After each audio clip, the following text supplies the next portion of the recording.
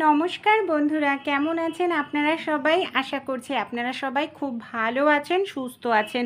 সংসারের কাজগুলো আমরা একটু বুদ্ধি খাটিয়ে যদি করি মহিলারা, তাহলে কিন্তু কাজগুলো আমাদের অনেকটা সহজ হয়ে যায়। চলুন তাহলে টিপসগুলি আমরা দেখে নিই, যেটা কাজকে সহজ করে দেবে। প্রথম যে টিপসটি শেয়ার করছি, এই ধরনের কন্টেনারের ঢাকনা কম বেশি আমাদের প্রত্যেকের বাড়িতেই কিন্তু থাকে, কিংবা এই ধরনের ক্রিমের ঢাকনা। আমি দুটো ঢাকনা এখানে নিয়ে নিয়েছি। এখানে আমি নিয়ে নিয়েছি কিছুটা পরিমাণ ফেবিকুইক আঠা। আপনাদের কাছে ব্লুগান আঠা থাকলে সেটাও আপনারা ইউজ করতে পারেন। এবার ক্রিমের ঢাকনাটাকে কন্টেনারের ঢাকনার ওপরে আমি এইভাবে আটকে দিয়েছি। এটাকে আমরা কি কাজে ব্যবহার করব বন্ধুরা, চলুন তাহলে আমরা দেখে নিই। অনেক সময় দেখা যায় আমাদের অনেক বাটিতে খাবার দাবার রেখে দিই, হয়তো সব সময় ঢাকনা থাকে না। তো এইভাবে কন্টেনারের ঢাকনাটাকে ঢাকনা হিসাবে ইউজ করতে পারি আমরা। আর এইভাবে যদি বানিয়ে নিই, এটাকে ঢাকতেও সুবিধা, এমনকি তুলতেও সুবিধা। ওপরটায় ক্যাপ দেওয়ার কারণে খুব সহজে এটাকে তোলা যাবে। তাছাড়াও ফ্রিজে অনেক সময় অনেক ধরনের খাবার রাখা হয়, আমাদের ঢাকনা থাকে না, সেক্ষেত্রেও কিন্তু এইভাবে আমরা 5-6টা ঢাকনা এক্সট্রা বানিয়ে ইউজ করতে পারি। কোনো রকম টাকা পয়সা খরচা করতে লাগবে না। পরের যে টিপসটি শেয়ার করব, আমাদের বাড়িতে অনেক ছোট ছোট বাচ্চারা থাকে, যারা রং পেন্সিল নিয়ে এইভাবে দেয়ালে হোক দরজায় হোক নানা রকম দাগ কাটতে থাকে। কিন্তু বাচ্চাদের তো সবসময় মারধর করা যায় না, বকাও যায় না।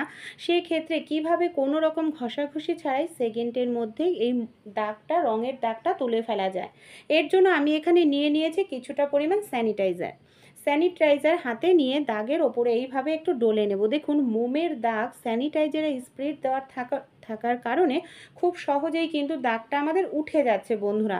আর এইভাবে আপনারা পরিষ্কার করলে আপনাদের খাটনিও করতে হবে না, বাচ্চাদেরকে বকাঝকা করারও প্রয়োজন নেই, আর আপনাদের ঘরটাও কিন্তু পরিষ্কার পরিচ্ছন্ন থাকবে। পরের টিপসটি চলুন দেখে নিই। টুথপেস্ট খালি হয়ে গেলে তখন আমরা এটাকে ডাস্টবিনে ফেলে দিই, কারণ টুথপেস্ট থেকে বেরই হতে চায় না পেস্ট।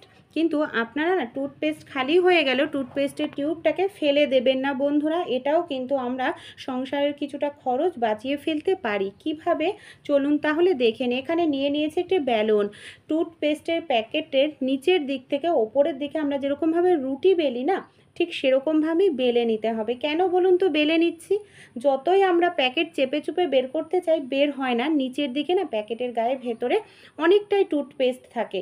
তাই এইভাবে যদি একটু বেলে নেওয়া যায়, যতটা টুথপেস্ট আছে পুরোটাই ওপরে উঠে আসবে। এমনকি এইভাবে চাপ দিলেই দেখুন, আমরা কিন্তু অনেকটা পরিমাণ টুথপেস্ট পেয়ে যাব। একটু টুথপেস্ট কিন্তু আমাদের নষ্ট হবে না। এতে কিন্তু 2-3 দিন আরামসে চলে যাবে। সংসারের খরচাটা কিছুটা হলেও কিন্তু বন্ধুরা কমবে। পরের যে টিপসটি শেয়ার করব চা পাতা নিয়ে। প্যাকেটে ঢালা থেকে কৌটোয় ঢালার পর হয়তো দেখা যায় আমাদের বেশ কিছুটা চা পাতা থেকে যায়। চা পাতাটাকে আমরা কি করি, এইভাবে হয়তো গুটিয়ে রেখে দিই। কিন্তু এইভাবে যদি গুটিয়ে রাখি, তাতেও কিন্তু আমাদের চা পাতাটা বন্ধুরা গন্ধটা নষ্ট হয়ে যায়, চা পাতাটা বেশি দিন ঘরে ভালো থাকে না। তাই আমাদের সবার প্রথমে একটি ইস্ত্রি গরম করে নিতে হবে। কিছুটা পরিমাণ খবরের কাগজ নিয়ে নিচ্ছি, ঠিক মাঝখানটায় চা পাতার প্যাকেটটাকে আমি এইভাবে রেখে দিচ্ছি। এবার ইস্ত্রিটা দিয়ে এইভাবে হালকা করে একটুখানি প্রেস করতে থাকবো। ইস্ত্রি দেওয়ার কারণে কি হবে বন্ধুরা, যে গরম তাপে চা পাতার প্যাকেটটা পুরোপুরি সিল হয়ে যাবে। দেখতেই পাচ্ছেন, এর ফলে ভেতরে হাওয়া বাতাস ঢুকতে পারবে না, চা পাতার গন্ধটাও ভালো থাকবে। এমনকি ঘরে আমরা চা পাতাটা রেখে দিলে অনেক দিন পর্যন্ত ভালো থাকবে, সহজে কিন্তু চা পাতাটা আমাদের নষ্ট হবে না। পরের যে টিপসটি শেয়ার করব বন্ধুরা, ডিম নিয়ে। ডিম যখন সেদ্ধ করি তখন তো প্রচুর গরম থাকে, অনেক সময় আমাদের তাড়াহুড়ো বেঁধে যায় যে সকালবেলা ব্যস্ত, আর এই ডিম ঠান্ডা করতে গেলে অনেকটা সময় লাগে। তাই কোনো রকম হাত দিয়ে গরম ডিমের খোসা ছাড়ানোর প্রয়োজন নেই। একটি এরকম টিফিন কৌটো বা হটপট নিয়ে ডিমটাকে এইভাবে আপনারা কয়েক সেকেন্ড একটু ঝাঁকিয়ে নেবেন। কয়েক সেকেন্ড এইভাবে যদি একটু নিয়ে ঝাঁকিয়ে নিতে পারেন না, ডিমের ভেতরে আপনা আপনি বাড়ি খাবে। এর ফলে কিন্তু ডিমগুলো দেখা যাবে খোসা আপনা আপনি ছেড়ে যাচ্ছে। এমনকি গরম ডিমের খোসা আমাদের কষ্ট করে কিন্তু হাত দিয়ে ছাড়াতেও হবে না, এমনকি ডিমটা ঠান্ডা করার জন্য আমাদের আর সময় নষ্ট করতেও লাগবে না। দেখুন, এইভাবে ডিমের খোসা যদি ছাড়ানো যায়, ডিমটা অনেক সময় ভেঙে যাওয়ার সম্ভাবনা থাকে, সেটাও কিন্তু হবে না। প্রত্যেকটা ডিম কিন্তু আমাদের গোটা থাকবে।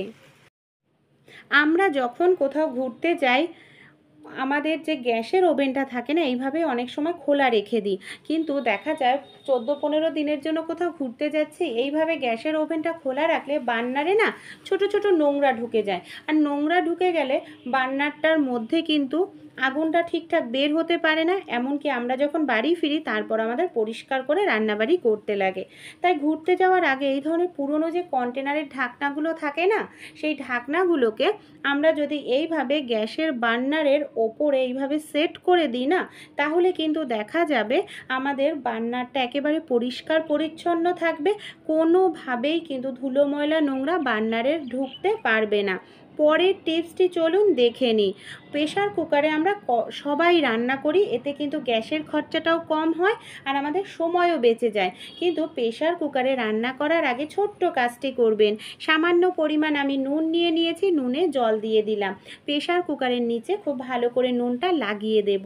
কেন লাগাচ্ছি চলুন আমি রান্না করে আপনাদের দেখাচ্ছি।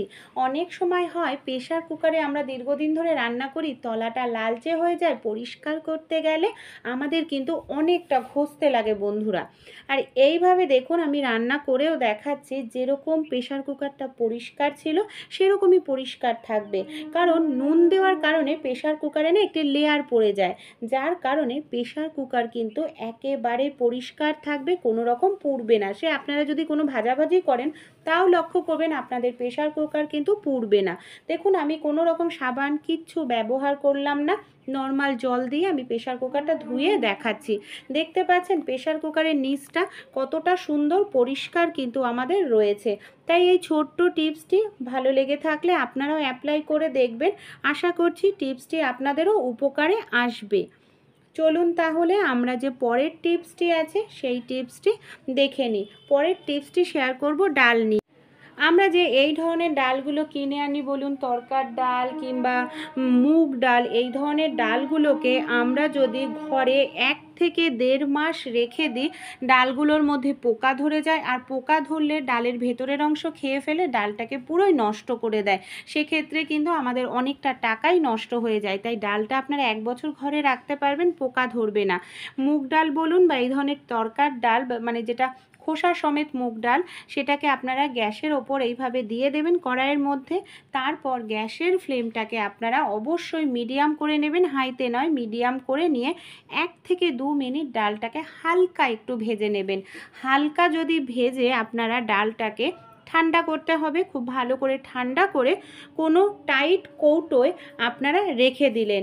বন্ধুরা দেখবেন যে আপনাদের ডাল 1 থেকে 1.5 বছর ঘরেও যদি থাকে, তাও কিন্তু ডালের মধ্যে কোনো রকম আপনাদের পোকা ধরবে না, ডাল একেবারে ফ্রেশ থাকবে, এমনকি একটি ডালও আপনাদের কিন্তু নষ্ট হবে না। তাহলে চলুন আমরা পরের টিপসটি দেখে নিই। পরের যে টিপসটি আমি শেয়ার করব, আমরা অনেক সময় প্রেসারে ডাল রান্না করলে প্রেসারের ডাল খেতে ভালো লাগে না, ঠিক মতো স্বাদ না আসে না। তাই প্রেসারে যখন ডাল রান্না করবেন, ডালের মধ্যে দিয়ে দেবেন সামান্য সরিষার তেল। সরিষার তেল দিয়ে ডালটাকে সেদ্ধ করলে স্বাদ কিন্তু দ্বিগুণ বেড়ে যায়। অবশ্যই নুন দেবেন, ডালটা কিন্তু খুব তাড়াতাড়ি সেদ্ধ হবে। অনেক সময় আমরা প্রেসার কুকারে কোনো খাবার বসিয়ে হয়তো দেখা যাচ্ছে কোনো কাজ করতে যাচ্ছি, সিটির পর সিটি উঠে যাচ্ছে, এসে আমরা গ্যাস বন্ধ করে দিলে নর্মালভাবে ঢাকনা খুলতে গেলে ভেতরের খাবারটা দেখা যায় একেবারে গলে যায়। তাই আপনারা কি করবেন, একটি জলের পাত্রযুক্ত জায়গায় প্রেসার কুকারটাকে বসিয়ে নিয়ে সিটির ওপর আপনারা জল ঢেলে দেবেন। সিটির ওপরে জল ঢাললে ভেতরের যে হাওয়া বাতাসটা থাকে সঙ্গে সঙ্গে বের হয়ে যাবে, এমনকি আপনারা ঢাকনাটা খুলে নিতে পারবেন। তারপর দেখবেন আপনাদের খাবারটা কিন্তু অতটাও নরম হয়নি। চলুন পরের টিপসটি আমরা দেখে নিই। রুটি আমরা কম বেশি প্রত্যেকেই খেয়ে থাকি, কিন্তু আমরা যখন রুটি বেলি না, এইভাবে দেখুন আটা দিয়ে দিই রুটির গুলির ওপরে, কিন্তু এইভাবে রুটির গুলির ওপরে আটা দিলে অনেক সময় দেখা যায় আটাটা চারপাশে ছড়িয়ে যায়, আমাদের জায়গাটা তো নোংরা হয়ই, আটাটাও কিন্তু নষ্ট হয়। তাই আমাদের বাড়িতে কিন্তু অনেক এই ধরনের পুরনো চা ছাঁকনি থাকে, হয়তো হ্যান্ডেল ভেঙে গেছে। এরকম চা ছাঁকনির মধ্যে আপনাদের যতটা প্রয়োজন 2-3 চামচ আটা লাগুক বেলার জন্য নিয়ে নেবেন। তারপর আপনারা গুলিটা দিয়ে এইভাবে তার উপরে একটুখানি আটা নিয়ে নেবেন। এতে কি হবে, আপনাদের বেশি আটাও পড়বে না, চারপাশে ছড়িয়েও পড়বে না আটাটা, আটাতে হাত দিতেও হবে না, এমনকি আপনাদের আটাটা নষ্টও হচ্ছে না। দেখুন এইভাবে আমি দিয়ে দিচ্ছি যতটা প্রয়োজন। তারপর বন্ধুরা আমি আপনাদের রুটি বেলেও দেখাবো। এইভাবে আটা দিয়ে যদি আমরা রুটি বেলি তাহলে কিন্তু অতিরিক্ত আমাদের রুটির মধ্যে আটা থাকবে না। চলুন পরের টিপসটি দেখে নিই। নারিকেল তেল আমরা প্রত্যেকেই ব্যবহার করে থাকি। নারকেল তেল, যে এই ধরনের কৌটোর নারকেল তেলগুলো হয় না, আমরা দেখা যায় ছোট ছিদ্র করি, কিন্তু ছোট ছিদ্র করলে কি হয়, এইভাবে যদি খোলা রেখে দিই ধুলো ময়লা ঢুকে যায়, এমনকি পিঁপড়েও ঢুকে যায়, নারকেল তেলটাকে নষ্ট করে দেয়। আমরা অনেকেই আছি যারা পেরেক দিয়ে রাখি, পেরেক কখনোই রাখা উচিত নয়। পেরেকে জং থাকলে সেটা তেলে লাগলে তেলটা নষ্ট হয়ে যাবে।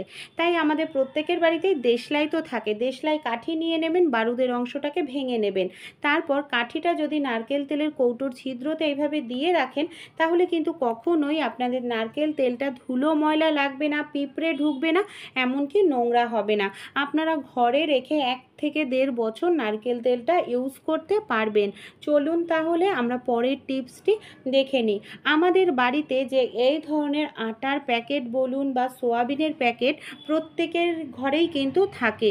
আর এই ধরনের প্যাকেটগুলো বন্ধুরা ভীষণই ভালো হয়, কারণ মোটা হয়, আর এগুলো কিন্তু আমরা অনেক দিন ইউজ করতে পারি। কিভাবে বন্ধুরা এই ধরনের প্যাকেটগুলো আমরা ইউজ করব, আপনারা চাইলে পাতলা পলিথিনও নিতে পারেন। তা আমি পাতলা পলিথিন নিচ্ছি না, আমি এই ধরনের প্যাকেটটা নিচ্ছি।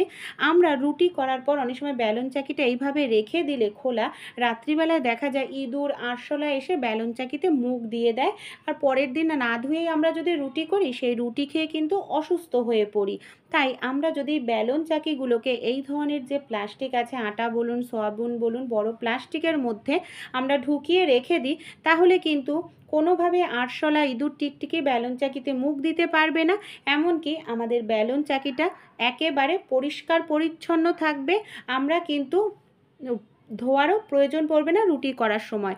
পরের যে টিপসটি শেয়ার করব, আমরা ফ্রিজের মধ্যে অনেক সময় দেখা যায় এতটাই পুরু হয়ে বরফ জমে, কোনো জিনিস রাখি সেটা বরফের সঙ্গে আটকে যায়, মাছ মাংস আইস ট্রে, বের করতে গেলে সেটাকে ফ্রিজ বন্ধ করে কিছু সময় অপেক্ষা করতে লাগে। তাই ছোট্ট একটি কাজ করবেন বন্ধুরা, আমাদের বাড়িতে এই ধরনের যে পলিথিনগুলো আছে বা এই ধরনের প্যাকেটগুলো, মোটা ধরনের প্যাকেট, আপনারা ডিপ ফ্রিজের মধ্যে এটাকে পেতে নেবেন। তারপর আপনারা যদি কোনো আইস ট্রে রাখেন, মাছ মাংসর পাত্র রাখেন, কখনোই কিন্তু বরফে আটকে যাবে না। পলিথিনের কারণে আপনাদের ফ্রিজও বন্ধ করতে লাগবে না। যখন আপনাদের প্রয়োজন তখনই কিন্তু আপনারা ফ্রিজ থেকে বের করে নিতে পারবেন। ছোট ছোট টিপস আপনাদের যদি একটু উপকারে আসে, অবশ্যই আমাকে সাপোর্ট করে আমার পাশে থাকবেন। আর এই টিপসগুলি আপনাদের কীরকম লাগলো অবশ্যই আমাকে কমেন্ট করে জানাতে ভুলবেন না।